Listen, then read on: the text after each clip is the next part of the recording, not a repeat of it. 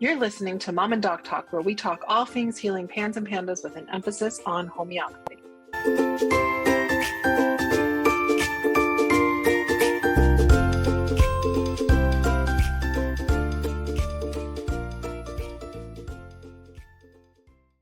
Hi, it's Jody, the mom of the Mom and Doc Talk podcast. We're taking a short pause this summer to enjoy our families and hope you're doing the same. In the meantime, we wanted to give you guys the opportunity to catch up on any episodes that you might have missed or take a break. We know you need a break. You deserve a break. Here's a rebroadcast of one of our most popular episodes. We hope you enjoy it.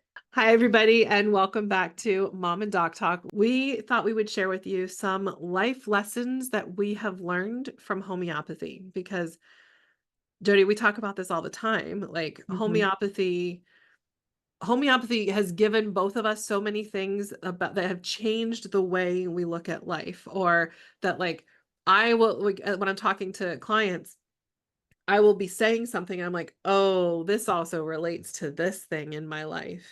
So yeah, we thought it would be a good opportunity to reflect on what might be good at looking at moving forward at this time of reflection. Yeah, I feel like there's some of the coolest stuff I know is packed into the time when Avery was healing. It's like stuff that I needed to understand before that I didn't understand. And it took going through the suffering of PANS and then the coming out of it with homeopathy to teach me this thing that I completely didn't get before. I wasn't recognizing so many good little nuggets. Yeah. Wisdom. I think for me, probably, I mean, nobody will be surprised to hear some of these things coming from my mouth, right? The biggest one for me has been the need to let go and to recognize what I can control and what I can't control. And I learned this both as a user of homeopathy, a patient, and as a practitioner, because on both ends of the spectrum, I have had such desire to control my symptoms or the symptoms of my patients, and invariably it fails and makes things worse the more I try to control things. And so that's true in homeopathy. And then I take a step back and I recognize that most of my suffering in my life comes when I'm trying to control something that isn't mine to control and that I really can't possibly control. And so I'm suffering because I am failing at something that I am invariably and without any question going to fail in, because I am trying to do something that is not possible to do. Yeah. I feel like I came about that a little bit different way, and it ended up giving me a slightly different lesson, but the same. Right before I came to homeopathy, I just had this really strong, deep feeling that I had to stop doing all of the things to force Avery's body to heal, because it just kind of like came to my attention that all of these things that I was doing, could I potentially be making her worse? And I felt like I had been trying to force her body to heal, and it was such a strong feeling that I needed to do less. And it was so neat because homeopathy allowed me to fully see that that feeling was right in me, and that the doing less and controlling less and like just completely dictating how every aspect of Avery's life, our life, our family's life worked, like letting go of that stuff and doing less controlling was absolutely amazing. And then I also got to learn that, trusting my intuition, that I need to listen to myself. So. Yeah. And that's one of the things that's really tricky too about control, is that it doesn't always clearly make sense or connect to the thing that we're trying to control, right? So like I have learned that there are signs that our body will give us about something that are that not necessarily clearly related to the thing, right? And like, so when I'm trying to control something that's not mine to control, it's not my responsibility, or that I can't possibly control, that's when I start to get more anxiety. Um, my sleep gets messed up, and I get more migraines. And I had friends and now a therapist who call my migraines my emergency brakes. That it's when I am trying to do too much, and usually if I'm trying to do too much, it means I'm trying to control something, and trying to control for an outcome, and like, and I think that somehow my suffering is going to make this thing better. Um, that my body says, no, no, no, no, no, no, no, no, and it forces me to stop. And it makes it so that it's not possible for me to continue to try and control the thing. And it's like I need this reminder with that like, hey, did you see how you were knocked out for however many hours or however many days, and the world did not come to an end, and all of the things that you were worried about, that you were trying to manage, like, they got taken care of, and things continued to move forward. And I realize that that's not always possible, that there are some things that sometimes when we are suffering, and that when we're trying to control for things, that when you drop it, it's just going to drop, and there's not necessarily always somebody there to pick it up. And I've had those things happen too. And that helped me see, was that thing actually that important in the first place? Mhm. Was I trying to keep something twirling in the air that didn't really actually matter in the big picture? Yeah. And was I taking away from something that does matter in the big picture, trying to keep this little thing that as soon as it cracked, nobody noticed? Mhm. Um, Yeah. yeah. What else? Which one do you got? So I talked about controlling and letting go. What else do you got? Um, the one that my husband used to use to irritate me. Um, slow is smooth and smooth is fast. Um, Gosh, he used to like say that to me all the time just to frustrate me because I don't like to slow down. I like to just go, go, go, keep going. And he used to tell me, slow down. And it would really, really irritate like my being to be told to slow down. But that is one of the greatest lessons that homeopathy has taught me is Yeah. slow is just it's harder, but it's slowing down Avery's healing and giving her time and allowing her is what got us out Yeah. of the And fire. like, since we just talked about control too, and like Yeah. the way you said slowing down her healing, you didn't intentionally slow it down. You didn't control slowing it down. You just stopped trying to force things, Mhm. right? Yeah. Which allowed it to slow down. So like you did use the word allow, and that's kind of what we're doing. We're giving like with homeopathy, we're giving the right nudge, and then we're just sitting back and we're allowing the body to Mhm. do what it's going to do, and allowing and waiting for the next step. Um, yeah, people always, I guess it's a military thing, or I don't know, Army Rangers or something like that. I don't know. I was in the military, and I never heard it said in the military, but I heard it said on the day before my wedding, was the first time, at least, that really stuck in my brain that I remember, when my husband, who was never in the military, but who worked in trails and with chainsaws cutting down really big trees, and like dangerous trees, where he had to focus on very, very closely what he was doing so that he didn't get hurt or die or damage something really important, right? And he grabbed me as I was rushing around the day before our wedding and said exactly that. I said, Jen, stop. Slow is smooth and smooth is fast.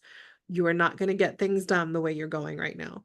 Um, and that really stuck with me because it's so true. Like, when you just look at anything with health and healing, it's not just pans and pandas, guys. It's anything with health and healing. The things, like, the more we try and force things, the more we try and take shortcuts to hack things. Hacking Mhm. works short term, and then the body catches up and it says, wait, wait, wait, wait, wait, I wasn't so sure about this. This isn't the way I'm designed to work. And then it pushes back, and then we have to find the next hack and the next hack and the next hack, and we're just chasing things. Whereas if we would just stick with the slow, boring, tried and true ways of taking care of ourselves and taking care of our bodies, we would get to the place that we want to, probably in most cases, faster than we do as we're seeking shortcuts. Yeah, for sure. Yeah. All right, the next one for me is less is more. This is one of the biggest things, with homeopathy, we're always looking for the minimum effective dose. And I I make jokes with my friends who are naturopathic doctors who are not like homeo nerds like I am, that use a lot of different approaches, a lot of different therapies, like lots of different tools from the tool chest that we get as naturopathic doctors. And I tell them that like I make jokes that I'm going to become the like quitting doctor someday, that like, because I feel like so much of health has turned into this pursuit of like, what's the next thing? What other supplement can I take? What other thing? What can I add? What else can I do? What else can I do? What dietary approach should I take? What additional exercise? What meditation should I do?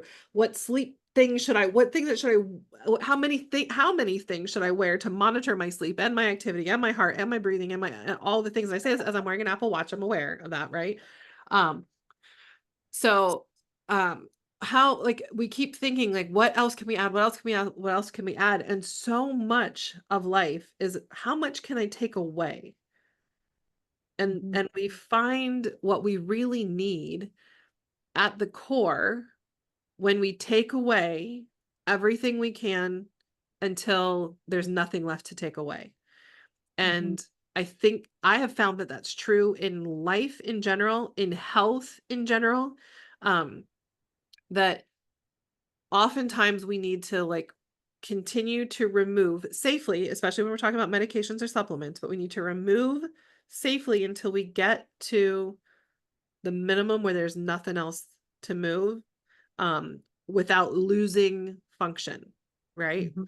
Yeah. Um, and like I've read so many things about like designers that some of the best designers give themselves that strategy. It's not what additional feature can we add, it's what can we take away. Authors too, I'm a big reader.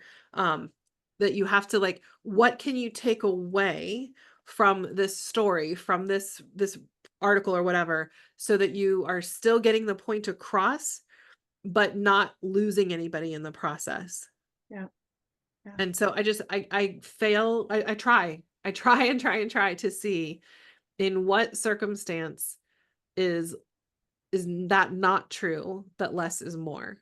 And Yeah. maybe the one place is your retirement account. That's probably the one place that less is not more. Yeah. But aside from that, like your bank accounts and retirement accounts, and even that, there's limits to it, right? Like Yeah. there's sometimes more causes more problems and more stuff, right? So True. um True. so I even, think. even there, I would say, I wouldn't say necessarily less is more, but like in that case, I'd say like of the appropriate amount is more, right? Not I, more is. I think that mold was my first step into this less is more thing.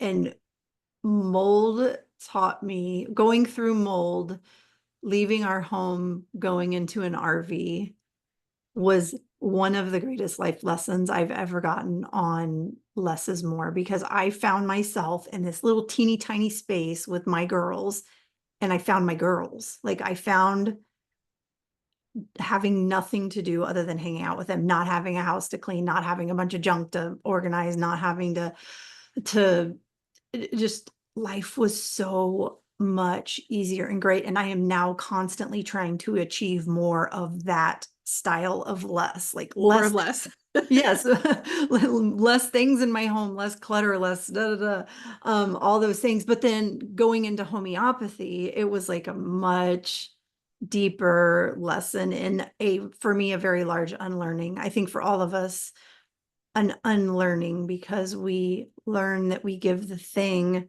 to make it go away, and then we give more of the thing and more of the thing.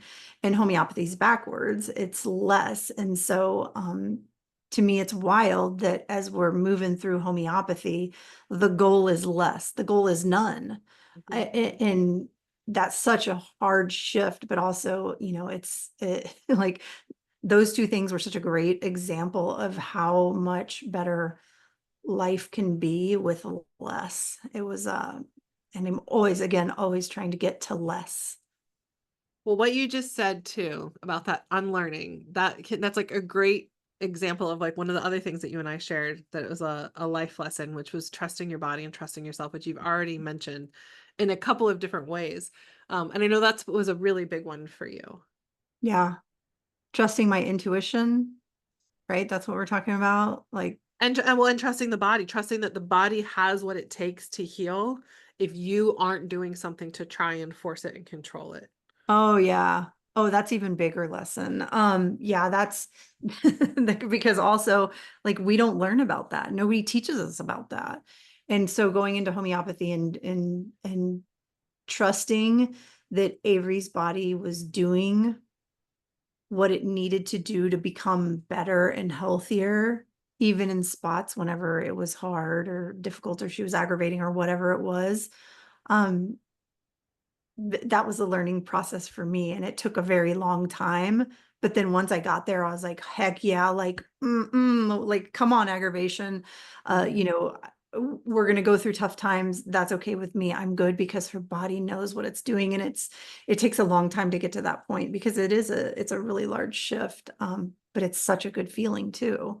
And that still is true for today, even working through the stuff that we work through, you know, like the puberty stuff and whatnot. Like, all we need is a little nudge from homeopathy, and then we set her free and her body does what it needs to do. And it's just easier.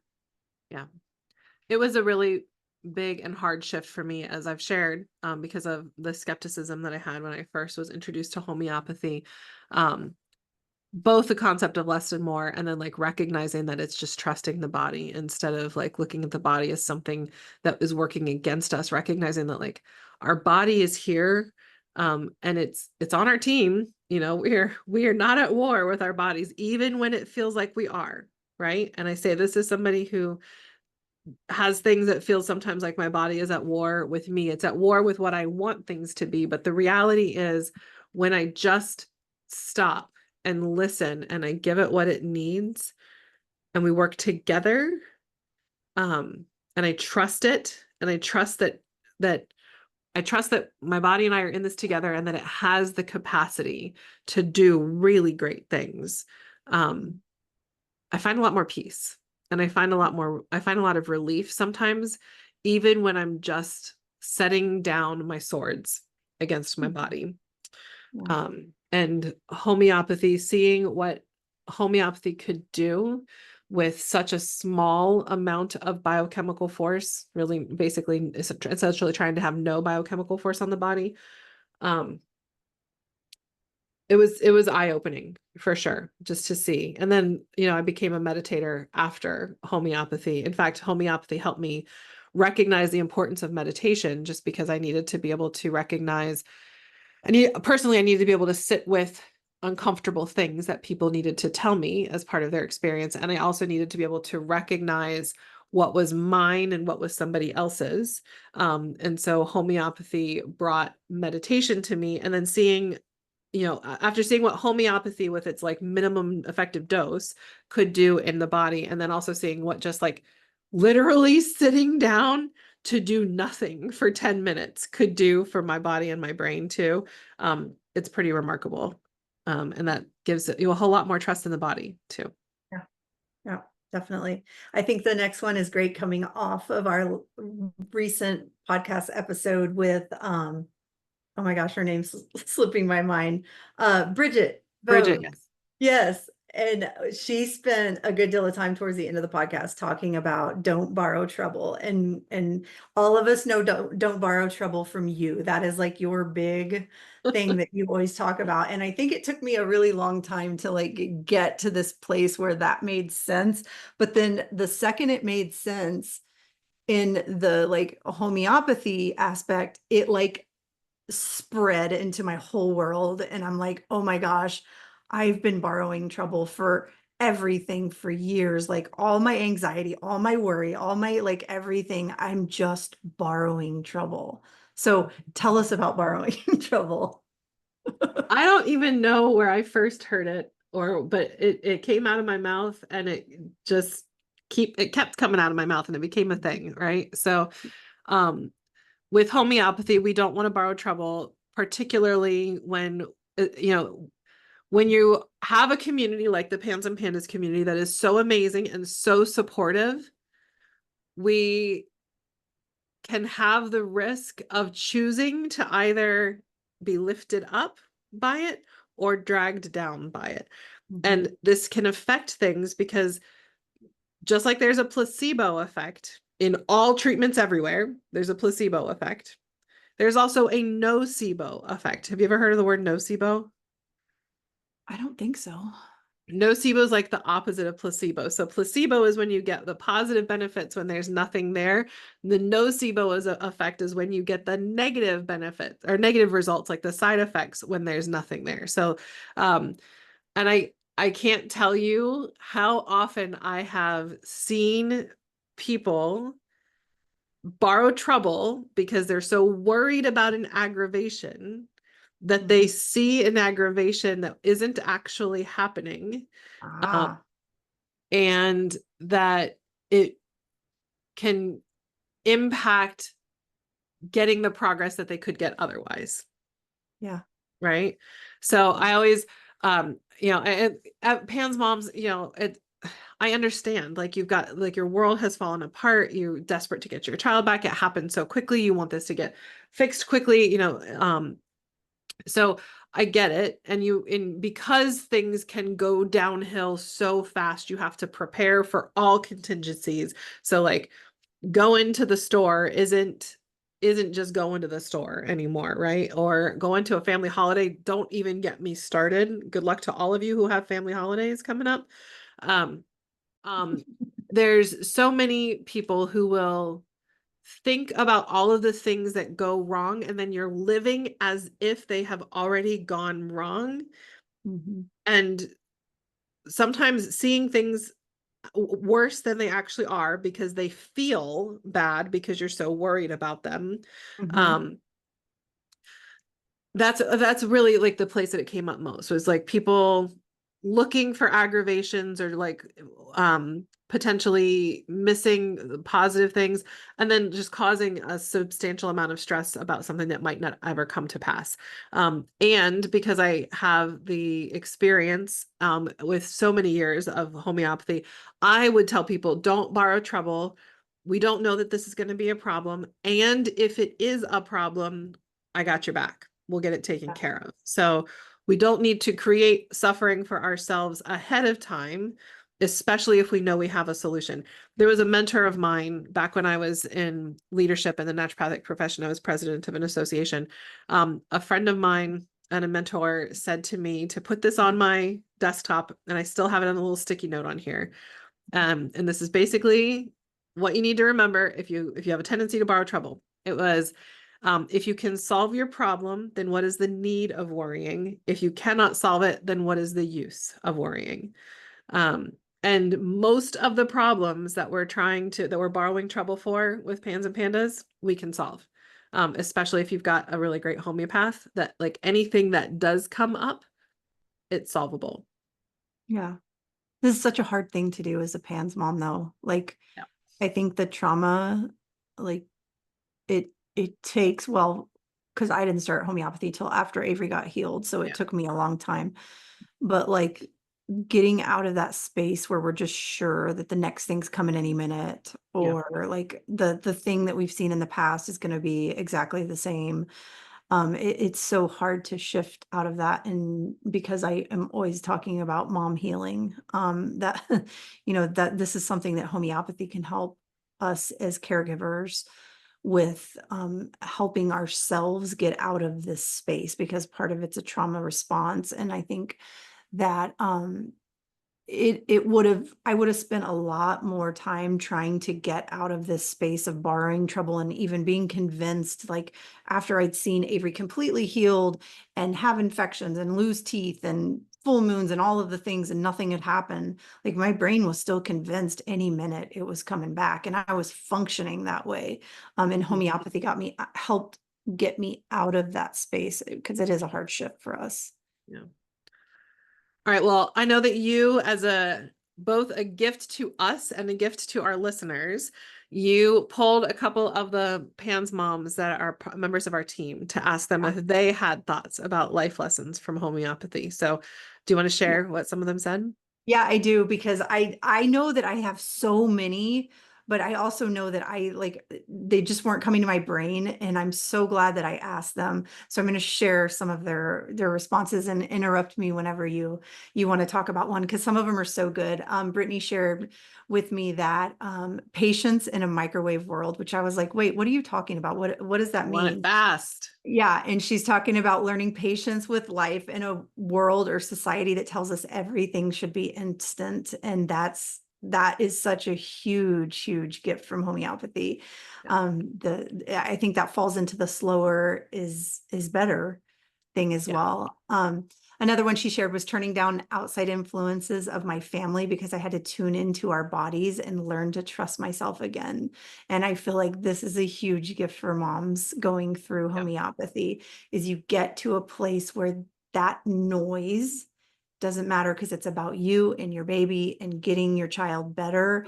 And all of the noise is just distractions. And you learn that it's okay to turn that down Yeah.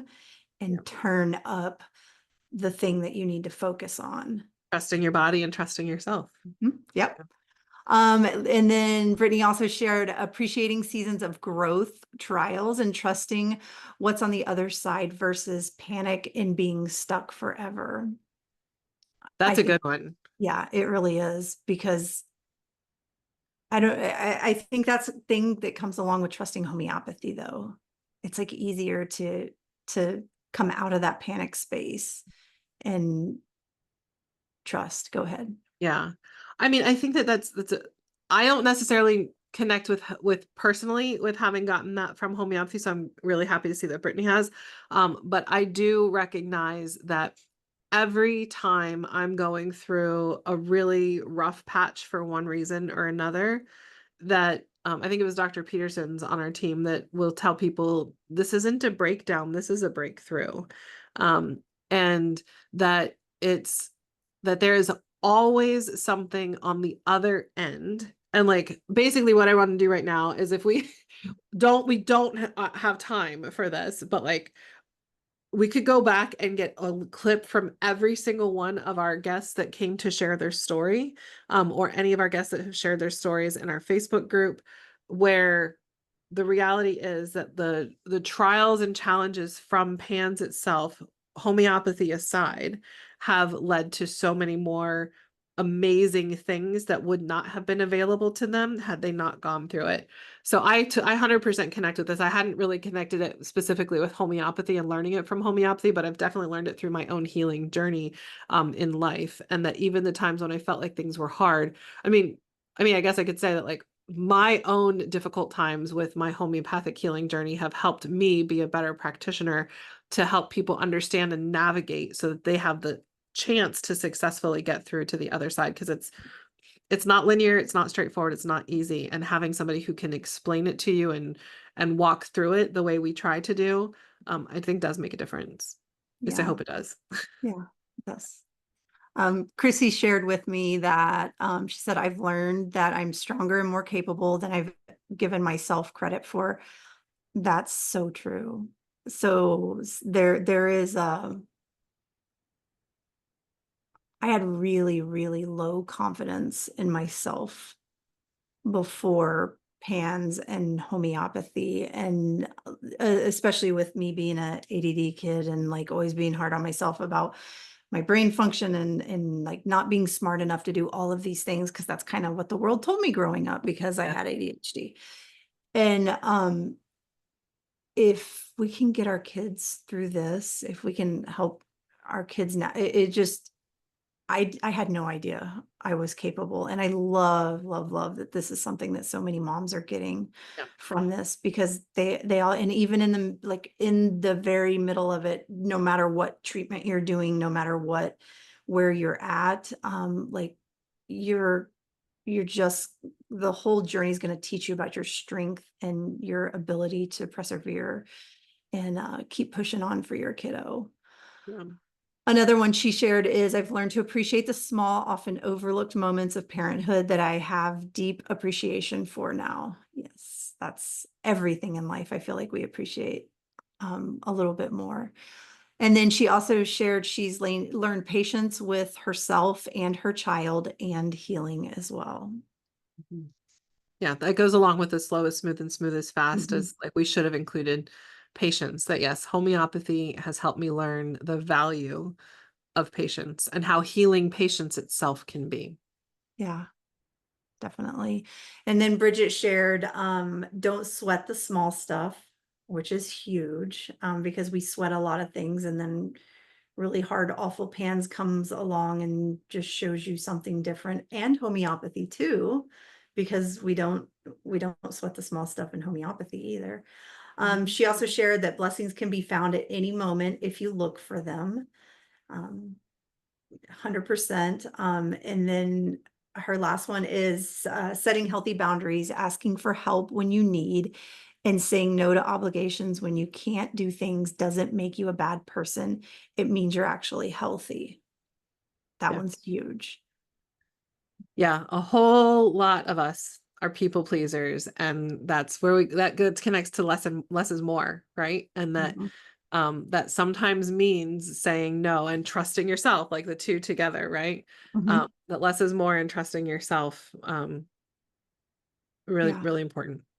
Yeah. And then Patricia shared patience, which we've talked about, and then observation in all aspects of life. Don't jump to conclusions. I love that one. Hmm. Um, I homeopathy taught me to observe Yeah, everything in a different way. yeah. And observe with compassion too. Um, and go ahead.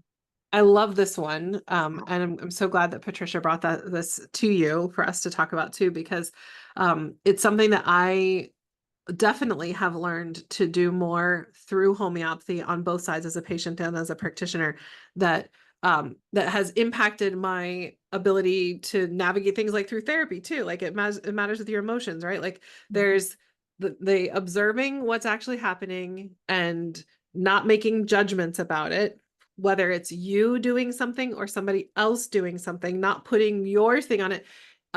That can be so important when we're dealing with interactions and relationships with other people, with how we feel about the world. I was just talking to my mom about this thing that happened when when I was young, and we used to go vacationing in South Carolina, and there was um, one time we went like every year. One time there was bumper stickers put on a bunch of cars that said "Yankee Horde Go Home."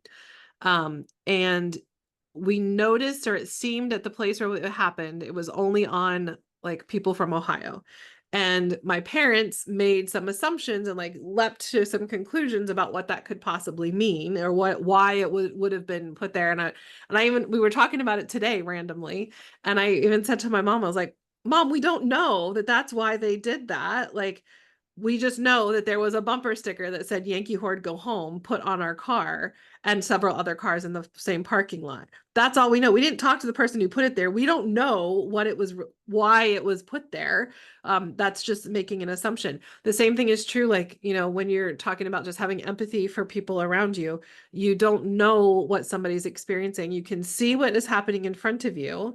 If you have a child, like how many of you have been through it where your child is having a meltdown in a public place, and people are maybe even your family or close friends are looking at you and saying you need to be stricter, you need to discipline your child better, you need to whatever. But we don't know what's happening. If we are All we can do is see what we observe. We don't know what's happening behind things, without jumping to a conclusion or making a judgment. And the same thing is true about our own feelings sometimes, that we have to question whether, like, we can feel something, and then in our brain it turns into fact, and then we treat people as if the feeling we're having is fact. And so that this is a really, really huge thing. And so I always tell people, like, when you're observing with symptoms, it's most useful if could it stand up in a court of law that this is what actually is going on? And that's so so relevant to so many different things. And we would probably all do a whole lot better if we stopped making assumptions about what other people are thinking or feeling, or treating our feelings as if they are facts, and then treating people as if the feeling we are having is a fact. Yeah. Yeah. You said something a second ago that triggered me to think about one of my own, which I'm going to stick in here in Patricia's, is empathy, like a completely different level of empathy for humans in general, Mhm. especially humans dealing with any mental health, any, like even the example that you gave, it doesn't, there wasn't a ton of judgment before PANS, but PANS has just taught me like we never ever know Never. what anyone is going through. We never know what a parent is going through. We never know what a child is going through. And like I think my girls get frustrated with me sometime because I'm trying to teach them this without them having the life experiences, Yeah. and having just this really, really deep sense of empathy and understanding for anyone that's struggling, and giving grace Mm. behind that, and just like radical acceptance and grace, because Mhm. we don't know. Yeah. Anyways, I'm off on a tangent. I am so glad I asked other people this question, because this is one of the biggest ones for me, and I would not have thought of it. Rethinking health and healthcare. Mhm. That's so huge. The way that I look at my family's health, my own health, and my ability to impact it, my ability to do something different, Mhm. is completely and totally different than before we started homeopathy. Mhm. It's wildly different after the unlearning and relearning process that we went through. Yeah. And then less is more, Yeah. because I think we all learn less is more. And then mine is really that anything is possible if you put your mind to it. Because had you asked me in 2016 if I could completely heal Avery of what was going on with her with some sugar pellets, I would have laughed at you. And so I swear that, like, our minds are in this like box, and it's okay. It's just the things that we know and that we've been taught. And that box limits us. And I think that if in many aspects of life, if we can allow ourselves to think outside of it, and potentially learn something new and different than what we know to be true, that things are limitless. Mhm. And I'm a huge, huge, huge mindset person. And I thought this before, but I feel like even more, your mindset is so important in any and everything that you do in life, Mhm. and how you move through it, how it works or doesn't work. My mindset when I came into homeopathy, even though I was a homeopathy skeptic. I didn't necessarily believe in it. For some reason, I believed that it would heal Avery's body, and I believed that the whole way through. And I think that's what kept us going. And I think for all of us, our mindset is so, so important. And then homeopathy just, or taking Avery through the healing journey, just affirmed that feeling that my mindset and my belief in her body to heal was, it was important, because I would have quit 100 times. Mhm. And that also branches into all different aspects of life, because Mhm. our mindset matters, what we look for matters, what we focus on matters, what we tell ourselves, like all of that is super, super important. And I'm going to add to that that we can borrow from each other. So we don't want to borrow trouble, but we do want to borrow confidence, and we do want to borrow mindset and things like that um when we're struggling. And the reality is, Jody, that like there were times when we were working together that your mindset took a big hit and you had to lean on me. And there were a couple times that I had to lean on you that you weren't maybe aware of at the time, because I was pretty good at just like keeping it professional. But there were times that I was just like, well, she believes I can do this, so I can do it. and and it worked, and we got ourselves back on track. And it's happened. um I mean, it's happened beyond just our own healing. It's happened like with things that we said that we could, thought, okay, well, maybe we can do this to help the community as a whole. And we just keep leaning on each other. And I've seen it happen again and again throughout the community, and like leaning on strangers sometimes. Yeah. If you're taking a hit, just knowing that you can lean on somebody else and borrow their confidence, borrow their success, borrow their optimism, and that know that somebody can also borrow it from you, and coming back to share when you're in a better place. Yeah.